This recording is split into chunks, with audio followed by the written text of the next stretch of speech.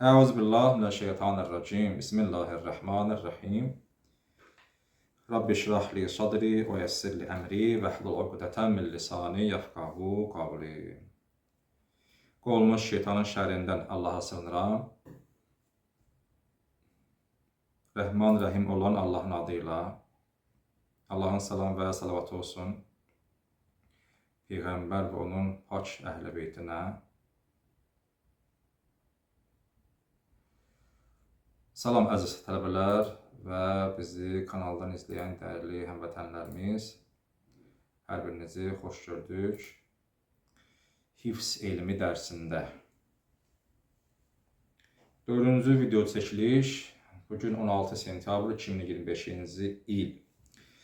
Keçən dərs biz danışdıq hifz barəsində. Yaranma tarixi, dedik ki, bu Quranın əzbərlənməsi hələ Peyğəmbərin dövründən olub. Niyə əzbərləyirlər? Yaddan çıxmasın və təhrif olmasın deyə həm yazırdılar, həm də əzbərləyirdilər. Və yaxud da yazırdılar və əzbərləyirdilər ki, təhrif olmasın və yaddan çıxmasın. Hər iki hal. Əzbərləməkdən öncə dedik ki, birinci nə lazımdır? Qiraət lazımdır. İnsan oxuyaraq daha rahat əzbərləyə bilir. Ərəb olmayanlar, o nə deyirlər? Əcəm. Ərəb olmayanlar oxuya bilmirlər deyə hərflərin üzərində nöqtələr, hərəkələr, işarələr zaman ötdükcə əlavə olundu ki, ərəb olmayanlar da Quran oxuya bilsin və onu əzbərləyə bilsinlər. Dedik ki, hifz sözünün leksikologiyada, lüğətdə iki mənası var. Bir mənası qorumaqdır, ikinci mənası isə əzbərləmək.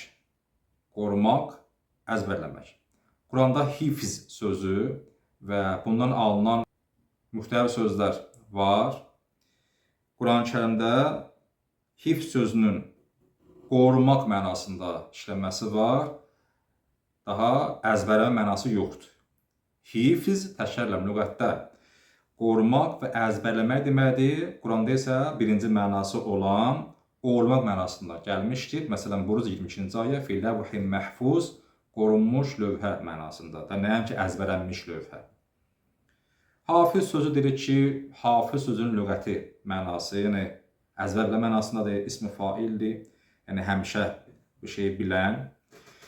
Peyğəmbərin dövründə hər hansı bir Qurandan, hər hansı bir hissəni, bir surə, iki surə fərq eləməz.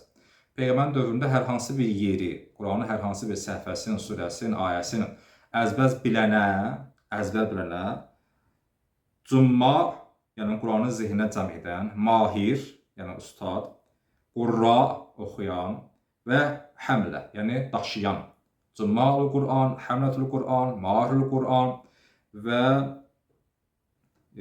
həmlətul Quran, mahirul Quran, qurraul Quran, cümmaul Quran.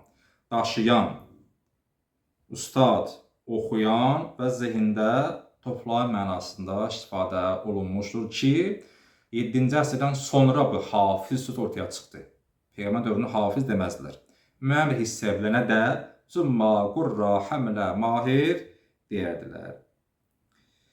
Ki, bu hamısı hələ hafizi mənasını götürülürdü, amma sırf hafiz termini, yəni Peyğəmbərin sonra, 7-ci əsrdən sonra ortaya çıxıb.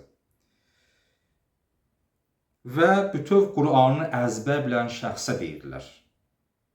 Çünki bütöv Quranı əzbər bilir, onu hafiz deyirlər. Daha Peyğəmbərin dövründə bir hissəni bilənə yox.